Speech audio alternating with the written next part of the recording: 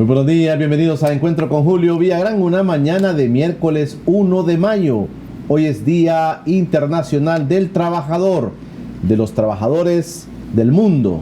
Hoy estamos en un momento interesante y por eso vamos a hablar de ese tema. Y para eso me acompaña ya en el estudio un buen amigo, un amigo de la casa, Rosbal Solórzano, el secretario general del Sindicato de Trabajadores del órgano judicial, SITJOC, está conmigo para que hablemos del tema. Hoy habrá marchas también en el país. ¿Quiénes van a marchar?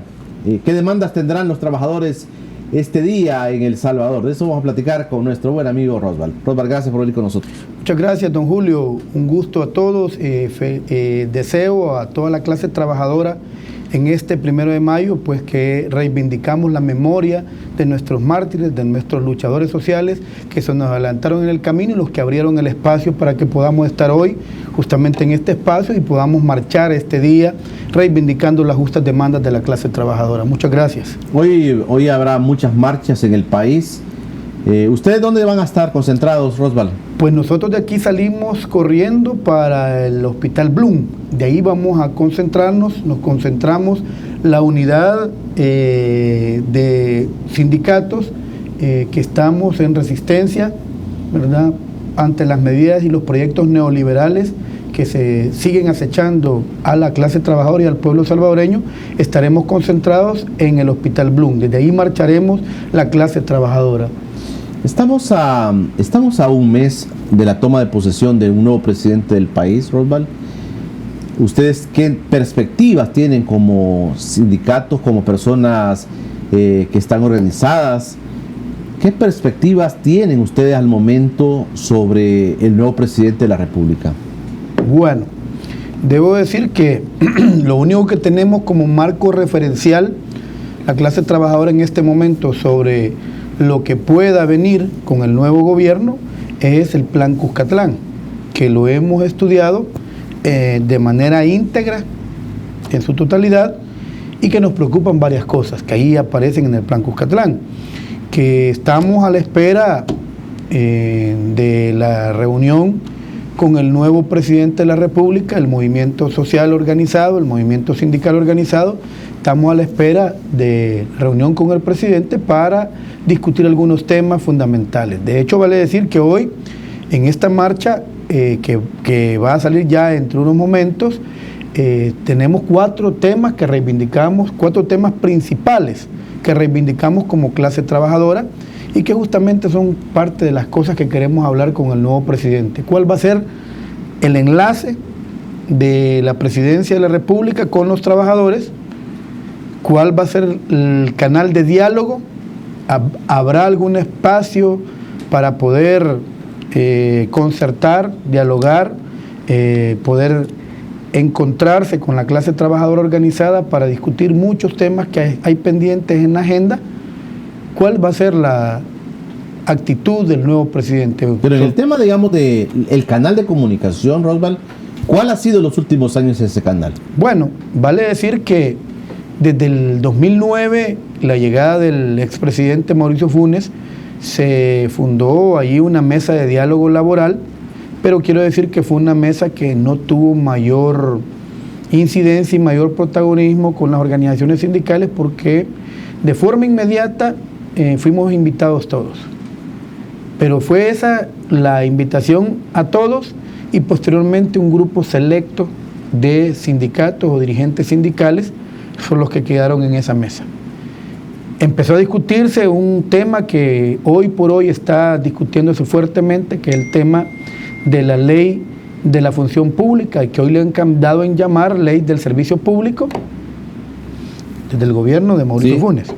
Esta ley viene como una receta neoliberal del Banco Mundial, de los organismos multilaterales, de la embajada norteamericana que ha estado presionando a los gobiernos desde la época de Paco Flores para acá. Y hasta hoy, pues quiero decir que en esa mesa se quedó cocinándose con un grupo muy selecto de dirigentes sindicales una propuesta de ley que el 7 de diciembre de 2017 el ministro Aristides Valencia, que de paso vale decir hoy va de candidato a secretario general del FMLN, fue el que presentó la propuesta de ley de la función pública, así se llama, está presentada en la Asamblea Legislativa y sabemos que se ha mandado a solicitar por parte de los diputados de la Comisión de Trabajo para poder empezar a estudiarla. ¿Qué es el corazón de esta ley? El corazón de esta ley trae consigo el despido masivo de más de 40,000 trabajadores del aparato de Estado. Esta ley, el grupo impulsor que la está promoviendo, que entre ellos está FUSADES, está la ANET, está FUNDE, la misma UCA y otros más, no recuerdo en este momento. Este grupo impulsor están queriendo vender la idea. Vale decir que hoy que venía para el canal, revisaba el Twitter y veía que FUSADES está lanzando ya una nueva imagen de esta ley, vendiendo la idea de que con esto se elimina el nepotismo. Y quiero destruir esa primera idea, si me lo permite, destruir esa primera idea que dice FUSADES y los grupos impulsores. Eso no es cierto que esa ley traiga la destrucción del nepotismo, porque si así fuera, la avalaríamos y la acompañaríamos. Esa ley lo que trae es la legalización del nepotismo. ¿Por qué digo la legalización del nepotismo? En la Corte Suprema de Justicia, donde nosotros tenemos nuestro espacio para actuar, ahí se encuentra una gran cantidad de familiares de la actual COENA, de los anteriores COENAs, de la gente del FMLN y de diferentes partidos políticos. Ahí están trabajando. Y la mayoría de jueces, vale decir el 97%, oye bien esto, y el pueblo que escuche bien esto, el 97% de jueces y magistrados hacen un intercambio permanente de plazas entre familiares. Toma y daca. Sí, exactamente. Te doy y me das. Exactamente. Nos ha tocado, solo para que tengan una idea de hasta dónde está llegando este nivel de nepotismo, nos ha tocado que meternos en medio de dos jueces para evitar que se agarren a puños en el Centro Judicial Isidro Menéndez, porque un juez quiso despedir al hijo de otro juez. Esta es la realidad que vivimos. Pero no solo estamos hablando de la Corte Suprema de Justicia, los tres órganos de Estado están saturados de familiares de funcionarios y dirigentes, no solo de estos gobiernos recientes, sino de todos los gobiernos anteriores, ¿verdad? Y esto, con la entrada en vigencia de la ley de la función pública, lo que haría es legalizarla. Atornillarlos a ellos. Sí, porque la ley no va para atrás, no es retroactiva, la ley funciona desde el momento en que lo aprueban. Eso quiere decir que todos los familiares de los funcionarios del Ejecutivo, Legislativo y Judicial que ya están adentro no los van a poder quitar, ya tienen derechos adquiridos. Entonces significa que esa ley solo legaliza el nepotismo. Esa es la primera cosa. La segunda cosa, los grupos impulsores, FUSADES fundamentalmente venía leyendo, que dice de que también con esa ley se va a profesionalizar el empleo. O sea, quiere decir eso entonces, para nosotros, para poderlo entender, quiere decir entonces dos cosas. Una, o es que con la ley a todos nos van a dar títulos, vale decir que yo ya tengo un título, gracias a Dios, pero o es que con esa ley nos van a dar un título académico, o es que el que no tenga título académico va a ser despedido. Segunda pregunta. Tercer cosa, ellos dicen de que el Estado es ineficiente para atender al ciudadano. Esto tiene que ver con quienes dirigen el país, no con el trabajador. Al trabajador, si no hace bien su trabajo, inician el proceso sancionatorio de destitución o por lo menos 5 o 10 o 15 días de suspensión sin goce de sueldo se lo aplican al trabajador. El problema radica en los que dirigen estos gobiernos.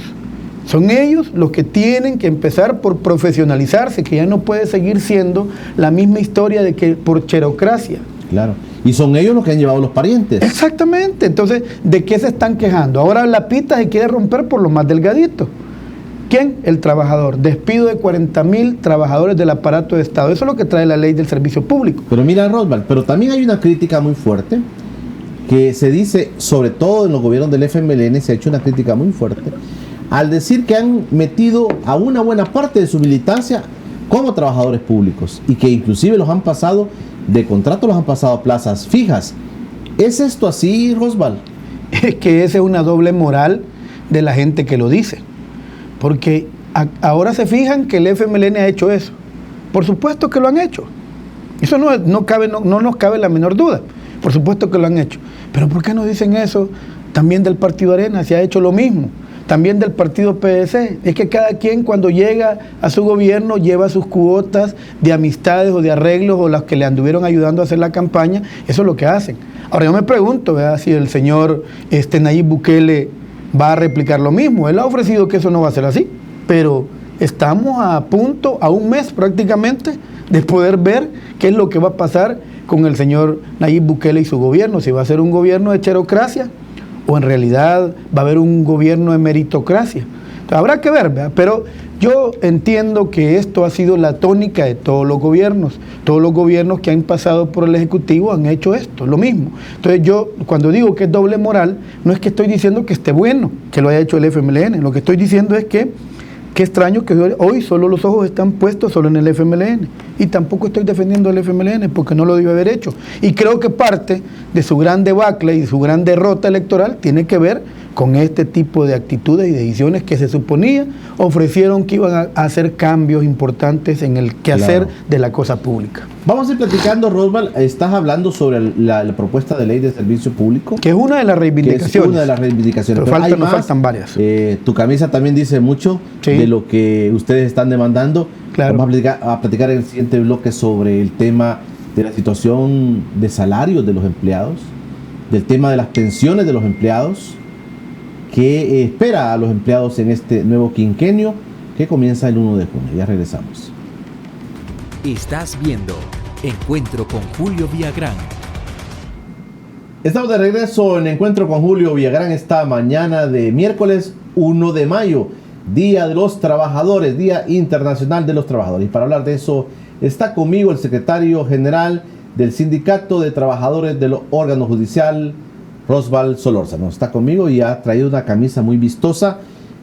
Vamos a descubrir qué dice la camisa de Roswell, porque creo que es una de las demandas que los trabajadores están haciendo y van a hacer en el próximo quinquenio. A ver, Roswell, enseñaros cómo está tu camisa.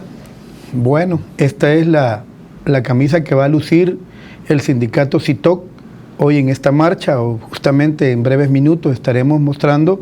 Esta es una camisa de repudio en contra de las AFP.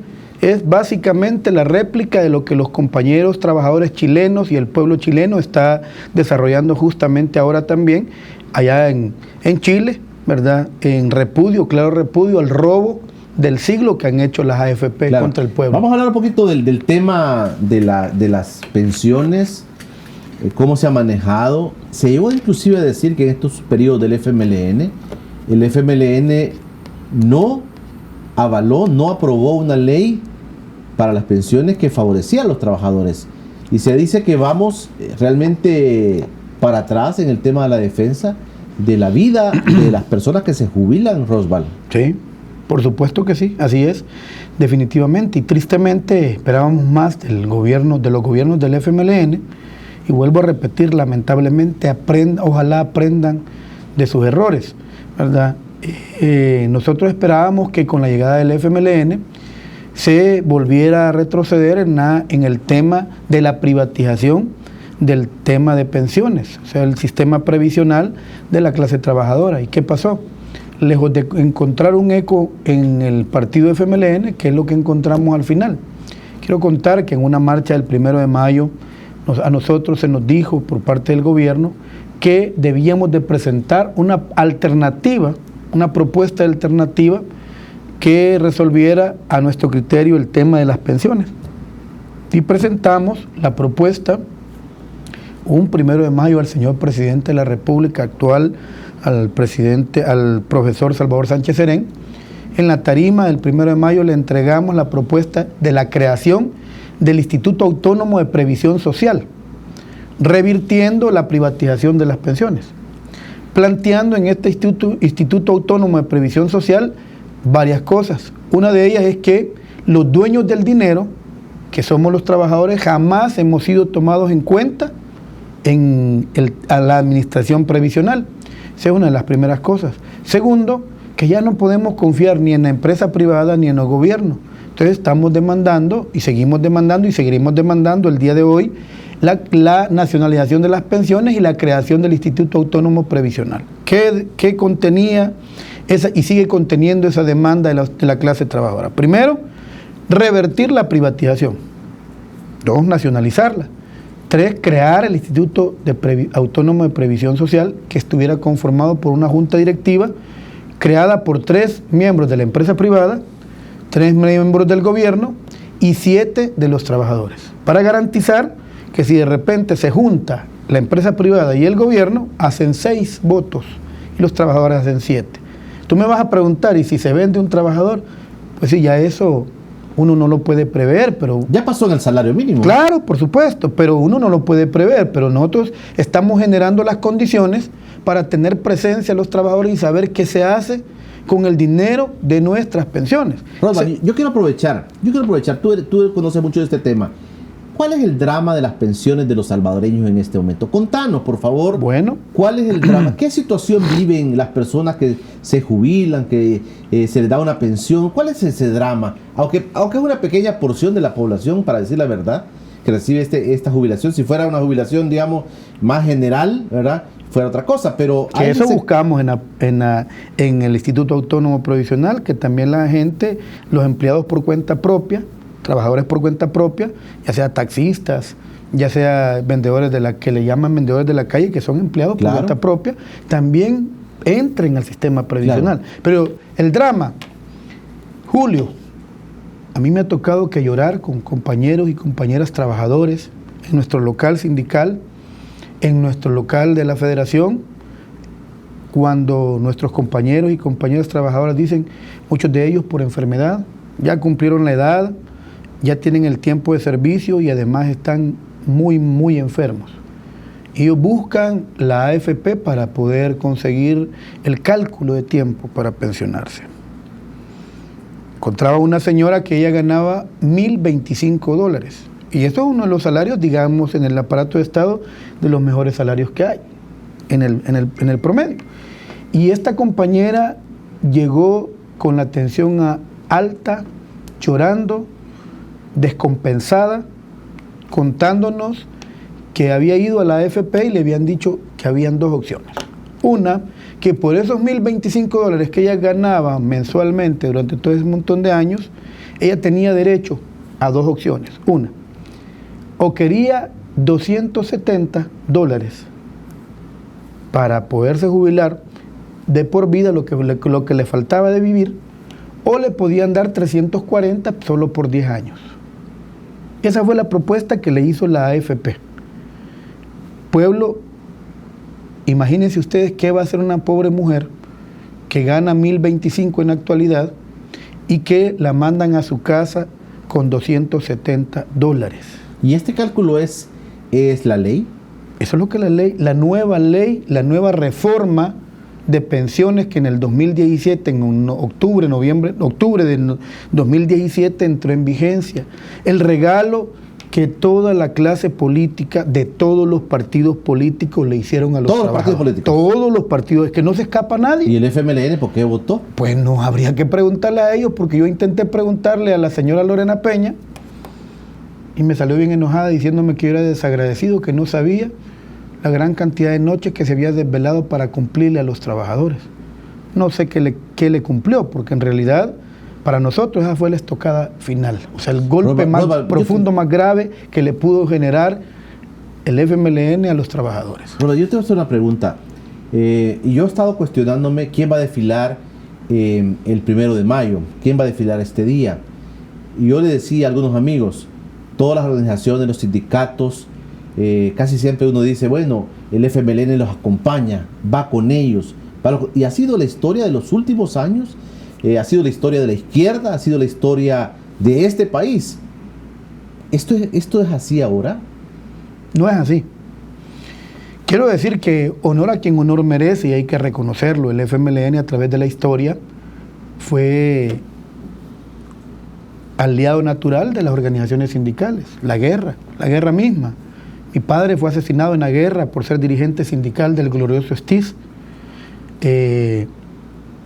La necesidad hizo que las organizaciones sindicales, los dirigentes sindicales, los afiliados de base de los sindicatos pudieran juntarse con las organizaciones político-militares del FMLN Y eso hizo que nos volviéramos hermanos de lucha. Y así durante muchos años. Hay que reconocer eso porque eso no se puede negar, la historia no se puede negar. Pero hoy nosotros marchamos del Hospital Bloom, de la zona del Hospital Bloom, muchas organizaciones sindicales. No marchamos del Salvador del Mundo. ¿Por qué no marchamos del Salvador del Mundo? Porque en el Salvador del Mundo va a marchar el partido FMLN. No es nuestro enemigo, pero nos duele que pudo haber hecho más por la clase trabajadora y no se vio nunca el compromiso para los trabajadores. Al contrario, muchos dirigentes nuestros en estos 10 gobiernos, y eso me incluye a mí, hemos sido brutalmente reprimidos en nuestro trabajo sindical. Yo estuve 5 años suspendido sin goce de salario en los gobiernos del FMLN. ¿En los gobiernos del FMLN? En los gobiernos del FMLN. ¿Y quién te suspendió, Rosval? Ahí en la Corte Suprema de Justicia. Yo quiero decir que eso no tuvo que ver con el presidente ni con el ejecutivo, eso tuvo que ver con el judicial. Pero 5 años sin recibir salario, sin mi familia viviendo las inclemencias y la necesidad, por sí, el simple hecho de mostrar oposición a todas aquellas cosas que están mal en contra de los trabajadores. Y fue en los 5 años de gobierno del FMLN. Yo le pedí a la gente del FMLN, a muchos dirigentes del FMLN que apoyaran, que presenté queja a la OIT. Justamente hasta hoy, recientemente, la Comisión Interamericana de Derechos Humanos ha admitido una demanda que yo presenté en contra del Estado de El Salvador por todas las agresiones que se han generado. Visité a Cancillería para solicitarles que me ayudaran porque ellos son los que tienen la relación con la OIT para intentar mediar entre el órgano judicial y el ejecutivo. Nunca ni la ministra de Trabajo ni el ministro de Relaciones Exteriores atendieron nuestro llamado. Entonces tampoco podemos decir, y este es mi caso, pero yo quiero contarles el caso de muchos compañeros dirigentes sindicales que también fueron brutalmente agredidos. Ministerio de Salud, que es del Ejecutivo, Ministerio de Educación, y para de contar. Entonces nosotros decimos, bueno, si el FMLN no nos quiere, no nos quiso en su gobierno. Sí, yo estaba pensando eso. Y a mí me decían, Julio, me permitió un segundo solo recordar esto. A mí me dijo un alto dirigente del FMLN cuando le reclamé justamente en Casa Presidencial la actitud en contra de las organizaciones sindicales. Y me dijo, es que ustedes hoy deben de entendernos que somos gobierno. Y yo le respondí, es que nosotros queríamos poner un gobierno de izquierda, un gobierno del FMLN, para que el gobierno del FMLN nos entendiera a nosotros, la clase trabajadora. No es para que nosotros les entendamos a ustedes. Si los que estamos en estado de indefensión y seguimos estando en estado de indefensión, somos los trabajadores, no es el gobierno. El gobierno tiene el poder, el gobierno tiene toda la maquinaria para poder hacerse valer y hacerse representar. Los trabajadores solo tenemos nuestra lucha, nuestra clase organizada, nuestros trabajadores que están dispuestos a luchar para defender sus derechos. Fíjate, Rosval, que hablando de manera en el plano político electoral, mucha gente dice, esa es la respuesta al resultado del 3 de febrero. Que la gente no hay opciones, inclusive ustedes. Claro, no por supuesto, por supuesto.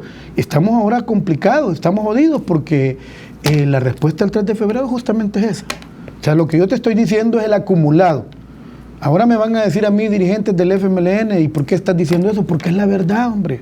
Porque no podemos callar la verdad, porque hay que decir la verdad, porque la verdad nos hace libres y porque toda nuestra vida hemos luchado por la libertad. No podemos vivir encerrados, queriéndonos mentir, engañar nosotros mismos, que el FMLN hizo mucho por nosotros. Eso no es cierto, eso no es cierto, al contrario. Ahora, ¿qué tenemos? 10 años de gobierno nos dejan un movimiento sindical totalmente atomizado. Ministerio de Educación, parece que 21 sindicatos. Ministerio de Salud, parece que 24 sindicatos. Corte Suprema de Justicia, 12 sindicatos. ¿Ustedes tienen 12 sindicatos? 12 sindicatos. Entonces, cuando uno ve esto, no me queda más que a mí aprovechar la oportunidad, si me lo permite, Julio, para hacer un llamado a toda la clase trabajadora organizada y fundamentalmente los dirigentes. Y por mezquindad nuestra es que no somos capaces de unir a los trabajadores, es un buen momento para dar un paso a un costado y es necesario hacer el llamado a la unidad. Los socialdemócratas, los revolucionarios, los radicales, los anarquistas, lo que sea, si no luchamos juntos, nos van a derrotar por separado. Eso lo decía el Che. Y hoy es un buen momento, es parte de las reivindicaciones que hoy, este día, en la marcha, estaremos difundiendo con nuestros boletines, con nuestros altavoces, pidiéndole a la clase trabajadora que se avecinan momentos difíciles. Claro. O sea que, digamos, ustedes están trabajando en esa parte, pero yo te quiero preguntar, Rosval, ¿ustedes están más temerosos que con esperanza del nuevo presidente de la República? Nosotros perdimos el miedo hace muchos años, Julio. Perdimos el miedo hace muchos años. Solo nos queda nuestra pobreza y nuestra dignidad. Y si en nuestra dignidad y nuestra pobreza se nos va la vida dando la batalla, pues vale la pena, porque no tenemos nada más. Imagínate vos, voy a poner un ejemplo. ¿De qué tenemos que tener miedo ya? Viene esa ley de la función pública o del servicio público. Queremos hablarlo con el presidente electo, que en el Plan Cuscatlán, en la página 36, trae un contenido que uno se pregunta cuando dice que van a fomentar el empleo joven. Yo estoy en contra de que se le dé el trabajo a los jóvenes, pero ¿significa eso que va a ser el empleo joven en detrimento de los viejos? Y muchas preguntas más, pero solo fíjate algo. De esos 40,000 despidos que trae debajo consigo esa ley del servicio público, ¿quiénes crees tú que serán los primeros despedidos? Todos los que luchamos. Los viejos. Todos los que nos oponemos, todos los que estamos en contra de las injusticias, de las desigualdades y de las ingratitudes que el patrono por su propia naturaleza, embestido de poder, acostumbra a hacer con el trabajador. Eso no va a depender solo de Bukele. ¿Seremos los primeros? Bueno, la Asamblea Legislativa tiene mucho que ver. La Asamblea Legislativa es la que lo tiene que aprobar. Claro. Pero la Asamblea Legislativa no es de Bukele. No, pero la Asamblea Legislativa dijo una cosa, pero aquí conjugan. La Asamblea Legislativa dijo que ese tema de la ley de la función pública, si tú recuerdas, hicimos una tapada todo un día, no permitimos que los diputados entraran a hacer su sesión, todo un día, si tú recuerdas. Y algunos diputados dijeron, mire, pero si eso no se está discutiendo, les desmentimos. Ahí tenemos la nota en la que un diputado le solicita por vía oficial a la Comisión de Asuntos Constitucionales que le remitan el expediente tal que contiene la propuesta de ley del servicio público. Entonces les mostramos que no estaban mintiendo, claro, que sí la están discutiendo, que sí están interesados. Y dijo otro, no, nosotros ya no. Si los trabajadores lo que quieren, digo, es que ya no discutamos esto, vamos a hacer una cosa, no la vamos a discutir, vamos a esperar al nuevo gobierno, que el nuevo gobierno nos diga cuáles son los lineamientos que trae, para ver si la vamos a aprobar así como está, o ellos van a proponer una nueva propuesta. Claro. Eso es lo que dijeron. Entonces significa que el presidente Bukele aquí tiene una gran oportunidad. ¿Cuál es la gran oportunidad que tiene? Demostrar si va a ponerse al lado de los oprimidos o al lado de los opresores. Esta es una gran oportunidad que tiene. Él ha dicho, en toda su campaña, ha planteado que él va a estar al lado del pueblo. Okay. Pues entonces, señor presidente Bukele, lo esperamos al lado de los oprimidos. Y ojalá ya se haya visto en un espejo chulón, para que se acuerde cómo sacaron a Manuel Zelaya. Está dispuesto a estar con nosotros como pueblo, porque como pueblo vamos a estar con usted, si usted está con nosotros. Pero si no está con nosotros, también lo vamos a combatir como hemos combatido a todos los presidentes que han habido. Vamos a hacer un corte. Bueno, el cuestionamiento es porque se ha sufrido como tú lo planteas, ¿por qué las organizaciones sociales, los sindicatos, no se han manifestado de la manera como muchos creeríamos que se hubieran manifestado? Eso te voy a seguir preguntando. Claro que sí. Cuando regrese. Está bien. Estás viendo Encuentro con Julio Villagrán. Estamos de regreso en Encuentro con Julio Villagrán. Gracias por preferir quedarse con nosotros este 1 de mayo. Rosval Solórzano me acompaña. Ha dicho una cosa dramática sobre el tema de las pensiones, pero también ha hablado sobre lo que el presidente de la República electo puede tener la oportunidad de ponerse a la par de los trabajadores, de la gente, de los oprimidos, dijo Rosval Solórzano. Pero entonces, ¿dónde han estado ustedes en estos días, Rosval? ¿Dónde ha estado la protesta? ¿Dónde ha estado la unificación de los trabajadores con las cosas que están pasando? Has contado una cosa dramática sobre las pensiones, ¿y qué pasó? Bueno, nosotros hemos estado discutiendo el tema. Porque si es tan dramático como eso, ¿dónde han estado las organizaciones sociales? Nosotros como CITOC, yo te puedo decir por CITOC, nosotros como CITOC hemos estado peleando duro por el tema de las pensiones. Hemos posicionado el tema en toda nuestra institución. Los trabajadores a nivel nacional, los 10.700 trabajadores del órgano judicial están listos para luchar por eliminar el sistema de pensiones nefasto e injusto. Hemos preparado a la gente, hemos hablado con la gente departamento por departamento para prepararlos para la batalla. Lo que pasa es que tú recuerdas que como órgano de Estado tenemos ese margen, podemos actuar en nuestro órgano de Estado. Acabamos de ganar un contrato, el primer contrato colectivo de la Corte Suprema de Justicia. Hemos estado en permanente batalla. Pero ¿por qué no hemos salido a la calle? ¿Qué es lo que tú quieres saber y lo que nos estás preguntando? Justamente porque el sistema mismo, la superestructura del Estado, el gobierno, se ha encargado de atomizar al movimiento sindical. De manera tal que yo les contaba que, por ejemplo, en la Corte Suprema de Justicia ahora hay 12 sindicatos. Y me estoy refiriendo justamente del 2009 hacia acá. 12 sindicatos. ¿Cuál es el punto? Un sindicato que apoya a la derecha. Sindicato que apoya a la izquierda. Sindicato que no apoya a nadie. Sindicato que está viendo cómo se cotiza al mejor postor. Eso es lo que hemos tenido. Y esa historia de la Corte Suprema de Justicia es la misma historia replicada en las demás organizaciones sindicales. Entonces, ha costado y sigue costando hasta el día de hoy que podamos entender que o luchamos todos juntos o el sopapo va a ser por separado para cada uno de nosotros. Bueno, esta es una realidad. Te puedes imaginar, yo tengo 47 años de vida. ¿Cuánto me falta para poderme jubilar? ¿Y yo qué voy a hacer con que me den a mí $270 de jubilación? Tengo que conseguirme un carretón para vender paletas o para vender tortas mexicanas para intentar sobrevivir, después de haberle dado toda mi vida al aparato estatal. Entonces, ahora, por eso justamente, durante todo este tiempo, la crítica que tú haces es una crítica que nosotros hemos venido haciendo al interior del movimiento sindical. No podemos seguir estando a la par de un gobierno, porque al final nosotros como trabajadores no ganamos nada. ¿Quién gana? Gana el que está gobernando porque evita que le estén diciendo la verdad. Entonces ahora nosotros tenemos Pero eso el gobierno de FMLN ha logrado mucho con eso. Ha logrado callar muchos sindicatos. Sí, lo que pasa es que, como te vuelvo a repetir, mira, hay organizaciones y compañeros dirigentes de organizaciones que lo que han logrado con el gobierno es meter a sus familiares, conseguir buenos salarios, colocarlos en buenos puestos. Bueno, se abrieron las tripartitas y hay dirigentes sindicales en las tripartitas ganando una dieta.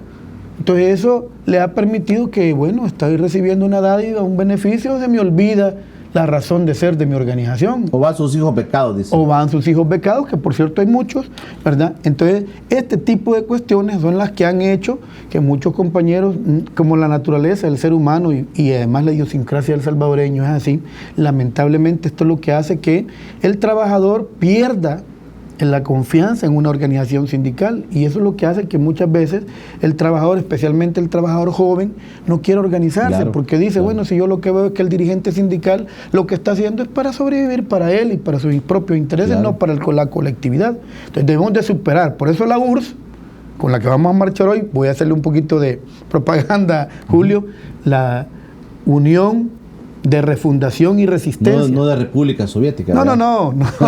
Tiene una coincidencia el nombre, pero la frase, el nombre completo es Unidad de Refundación.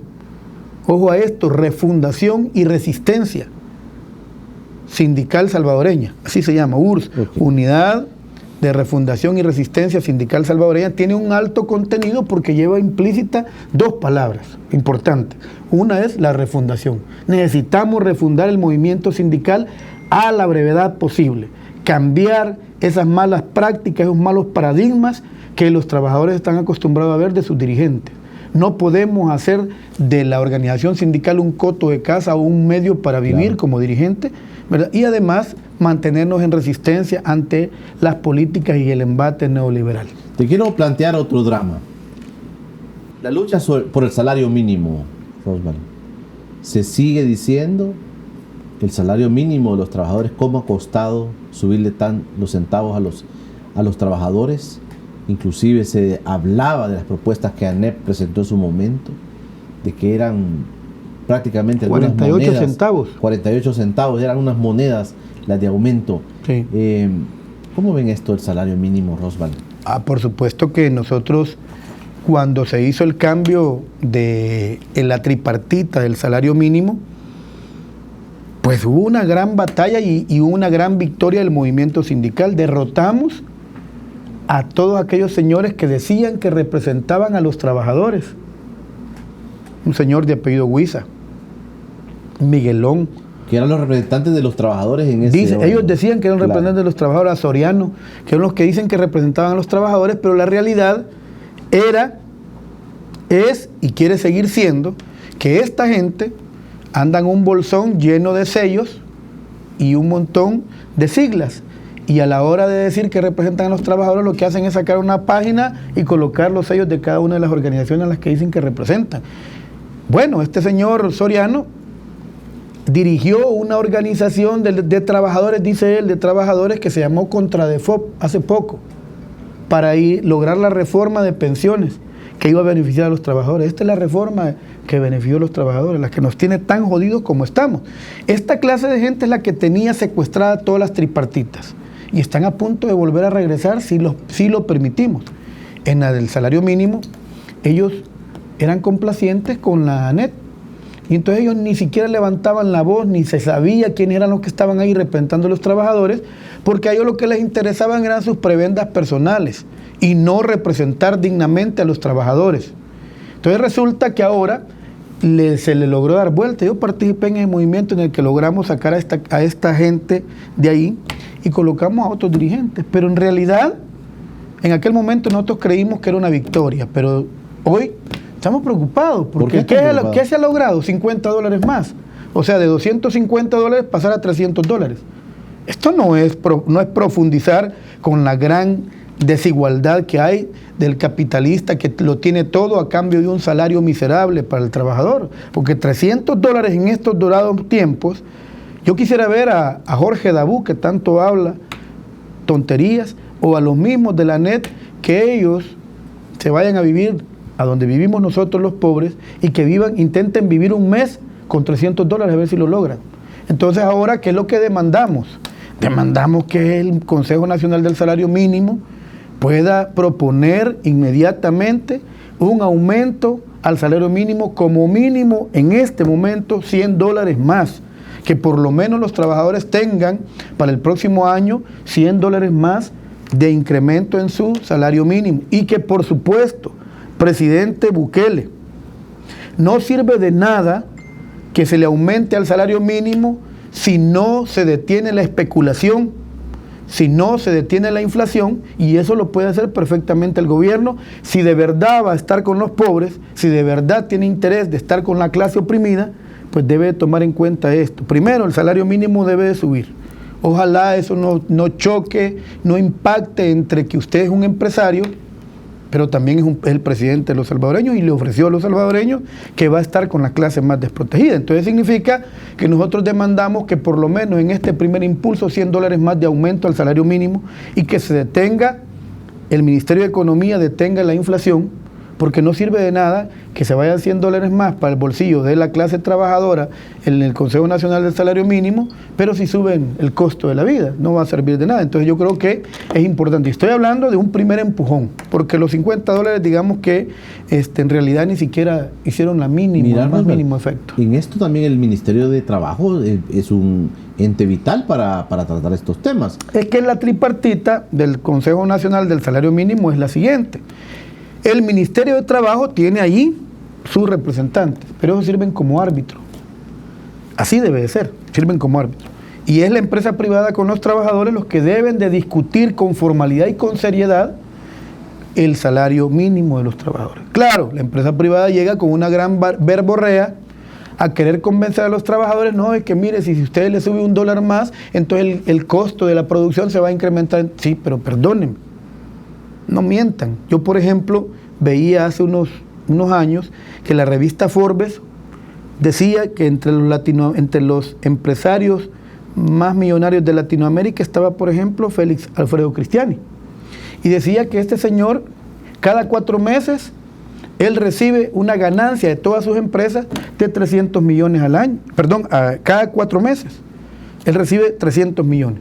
Yo me preguntaba, quizás soy ignorante al decirlo de esta manera, pero yo me preguntaba, y de esos 300 millones que él recibe de ganancia neta, ¿no podría destinar 1 millón para repartirlo en mejores salarios para sus trabajadores? Lo que pasa es que tenemos un empresariado voraz, ¿verdad? Un empresariado fósil que no ha sido capaz de entender que aquí la democracia, para que funcione, camina con 2 pies, el trabajador y el que pone el capital. Entonces debemos de aprender a respetarnos ambos, pero no hay respeto hasta el día de hoy de parte del gran empresariado. Entonces lo que nos está haciendo que nos volvamos a enfrentar, lamentablemente. Claro, mira, Rosval, en el tema también de los trabajadores, el tema de sus condiciones de salario, también está el tema importante, el tema de salud. ¿Cómo hemos avanzado en el país en la atención a los trabajadores desde el Ministerio de Salud, desde las organizaciones del Seguro Social, que velan por la salud de los trabajadores? Hay que separar. Una cosa es el Ministerio de Salud a través de la Red Nacional de Hospitales, que en alguna medida se ha manifestado de que está mal el sistema de atención médica. En realidad lo que hay allí es que es un sabotaje entre los mismos trabajadores de los hospitales en una disputa de poder con las jefaturas. A lo mejor sí ha habido un descuido, se dice, y esto yo quizás no lo podía precisar porque no estoy en el medio de salud, pero se dice que por crear los CIBASIS se llaman, ¿verdad? CIBASIS. Sí, por crear los CIBASIS, por estar creando las clínicas, por llevar la salud hasta las áreas rurales, hasta los lugares donde la gente no fácilmente puede acceder a la salud, se ha descuidado los hospitales de primer nivel. Así es lo que yo entiendo. Entonces no podría hacer un balance entre eso, si eso es la verdad o es mentira. Pero lo que sí podría decir es que en el Seguro Social las cosas andan tremendamente mal y no mejoraron nunca. Ahí me van a perdonar el señor Leonel Flores, yo no sé si sigue preso o no, sabía que estaba preso, ¿verdad? Y el señor Sea, pero perdonen, ni licuados sacan la mitad de un director. O sea, el Seguro Social está cada día en una profunda decadencia. Y esto tiene que ver a la base de cómo se ha administrado el Seguro Social. Yo creo que, por eso justamente, el Instituto Autónomo de Previsión Social, que es el que estamos promoviendo con el tema de la nacionalización de las pensiones, tiene que ver con que no solo administre las pensiones, sino el sistema previsional, el sistema social, en este caso la salud, ¿verdad?, de los trabajadores, porque estamos profundamente convencidos como trabajadores de que el sistema médico del Seguro Social es totalmente inoperante e ineficiente. Vea esto.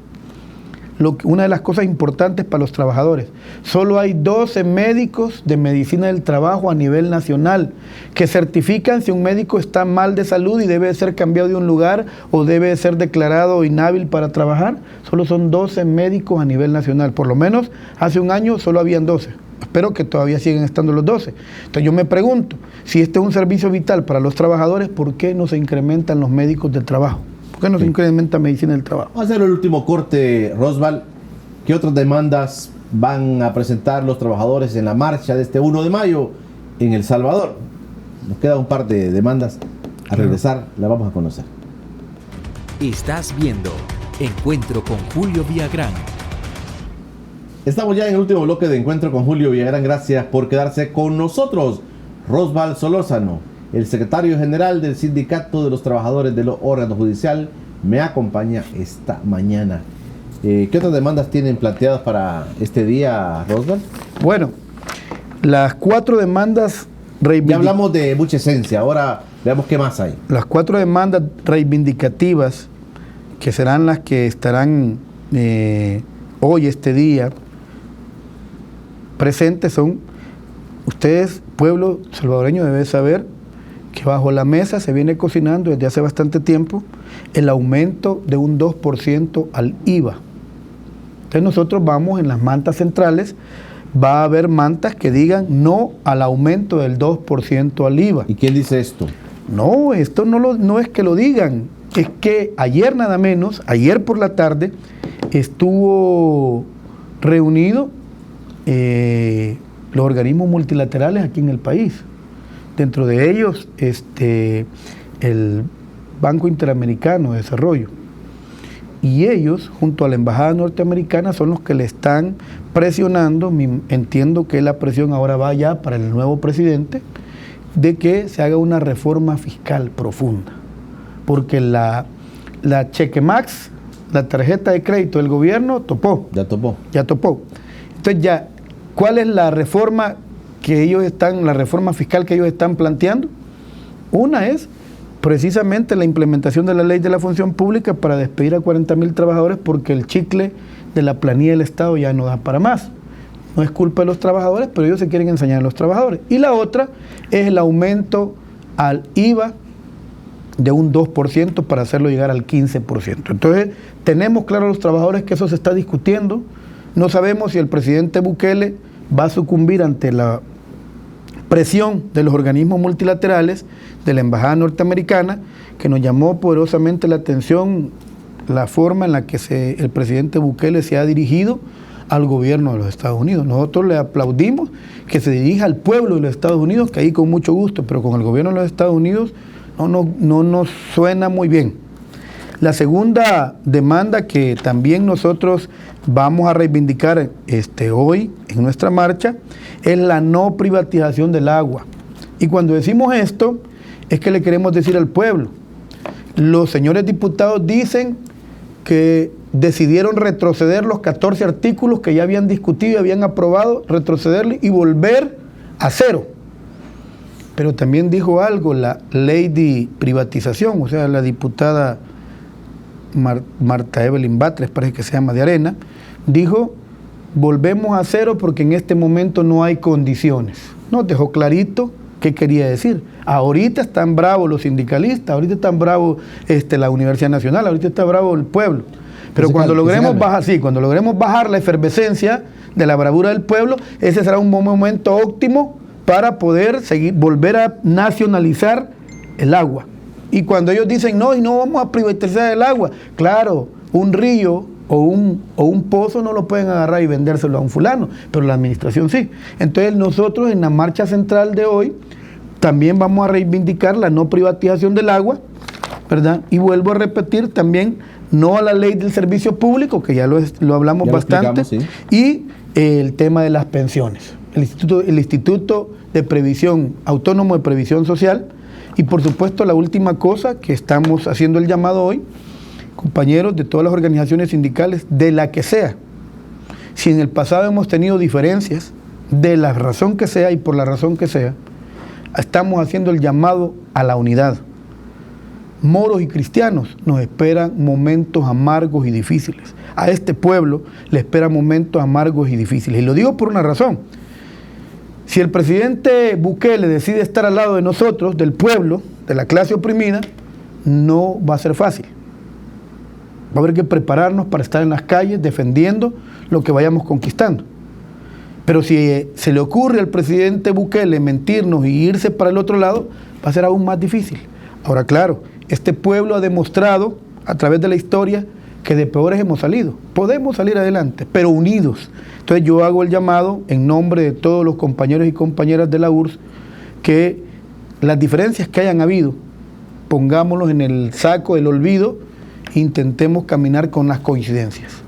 Mira, en el tema de que asume el presidente de la República el 1 de junio, se ha hablado, Rosval, quiero aprovechar tu presencia acá, se ha hablado y él ha dicho que el Estado ha sido engordado, que hay demasiados trabajadores y que el Estado, y algunas personas han criticado, dice, mire, si hay los papeles de la gente se llenan de sellos y cada sello es un empleado más del gobierno, pero la gente está temerosa de que hayan despidos, la gente está temerosa de que se haga un recorte, hay empleados que se han ido yendo de contratos a pasar a plazas fijas, pero también esto es un riesgo, tener un Estado tan engordado como está ahorita.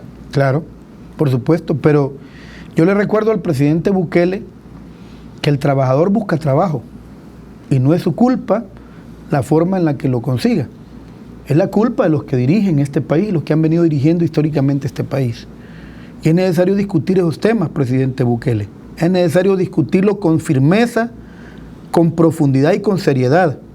Le llamamos a la discusión franca y sincera con el movimiento sindical. Podemos entendernos, podemos encontrar coincidencias en cuanto a que sí es cierto, un Estado engordado no le conviene a nadie, pero no es culpa del trabajador. Entonces debemos de discutirlo con franqueza y con seriedad. Yo creo que le podemos encontrar soluciones a los temas. Pero no es viniendo a poner el hacha en la cabeza o en la guillotina al trabajador, al que sea, porque ¿cuál es la ingratitud acá? Van a querer despedir, pero no van a despedir al que vino y se cambió la plaza y se tuvo a eso me quería referir, porque hay hasta funcionarios de alto nivel que se han cambiado. Mire, nosotros no estamos aquí para defender funcionarios que hayan hecho malas cosas y que ahora quieran felizmente quedarse agazapados. ¿Pero cómo ves eso? No, porque no está bien desde ningún punto de vista, que hayan hecho malas cosas y todavía de ganancia se quieran quedar agazapados con un puesto, con un cargo y con un gran salario. Nosotros no tenemos salarios onerosos. Los trabajadores, el trabajador común por el que yo estoy aquí y por el que voy a estar entre pocos minutos en esa marcha quemándome en el sol, no es por el trabajador que viene y se receta un salario porque tiene la posibilidad de recetarse un salario de $2,000, de $3,000, de $2,500, porque es amigo del funcionario y que por eso, y porque era funcionario o era director o era gerente, ahora se cambia la plaza y se pone como uno de nosotros. No, nosotros no estamos aquí para defender ese tipo de cosas. Perdónenme, pero no estamos aquí para defenderlo y que sea revisado cada uno de esos casos. Si esos casos son así, a mí no me constan, pero si esos casos son así, pues que se demuestren y que se resuelvan como deben de resolverse. Pero estamos pidiendo, presidente, prudencia y sensatez en cuanto a decir, aquí va la cuma o aquí va el hacha para la nuca del pobre trabajador que lo único que está haciendo es llevar la comida para su familia, porque estamos dispuestos a defender con la vida misma los platos de comida de nuestros hijos y nuestras familias. Rosmar, para ir terminando, ¿qué esperan ustedes como sindicatos, como trabajadores? ¿Qué esperan del discurso del presidente de la República el 1 de junio? ¿Qué esperan sobre el tema de ustedes? ¿Qué esperan sobre el tema de la visión del país que va a tener él en los próximos 5 años? ¿Qué es lo que ustedes están esperando? Bueno, es una pregunta terrible, nos la estamos haciendo desde hace días. Yo creo que el presidente Bukele es el hombre más importante en estos días en El Salvador para todos, para moros y cristianos. ¿Qué esperamos nosotros del presidente? Que cumpla con su compromiso. Él dijo que no pueden seguir las cosas así como están en este país, y se refiere a todo. Eso dijo él. Nosotros esperamos, presidente Bukele, por primera vez, que un presidente cumpla. Y usted dijo que iba a estar a la par de los oprimidos, a la par que no tiene cuello para poder resolver el día a día. Pues nosotros eso esperamos. Esperamos, presidente Bukele, que este país no se siga desangrando, que la sangre de nuestro pueblo no podemos seguirnos enfrentando y matándonos entre hermanos pobres, cuando los que han generado la crisis, la miseria y la pobreza siguen felices viviendo en Santa Elena, viviendo en Escalón, mientras nosotros ponemos la sangre. La pusimos en la guerra y ahora la seguimos poniendo, se supone que en tiempos de paz. Esperamos, presidente, que resuelva, que ayude a resolver, por supuesto. Esto no es una solución con una varita mágica, no solo usted tiene la solución, la tenemos todos, cada uno de los ciudadanos salvadoreños, pero esperamos claridad en ese discurso. Queremos vivir en paz como seres humanos, como salvadoreños, merecemos y tenemos derecho a vivir en paz.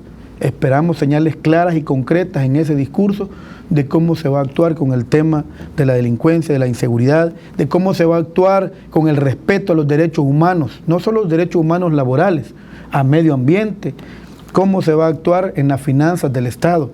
Si presidente Bukele le va a quitar los vehículos, los teléfonos, todas las prerrogativas a los funcionarios de su gobierno, porque nosotros demandamos eso como pueblo. Si usted dice que esto va a cambiar, ¿cuánto nos ahorraríamos si sus ministros, viceministros, directores, gerentes y hasta el amigo del gerente o del jefe anda vehículo pagado a costillas del pueblo salvadoreño, con gasolina del pueblo salvadoreño, celulares pagados con el dinero del pueblo salvadoreño, seguridad pagada con el dinero del pueblo salvadoreño. ¿Por qué? Si ganan buenos salarios, no pueden comprar su propio carro, claro, no pueden costearse su propia gasolina.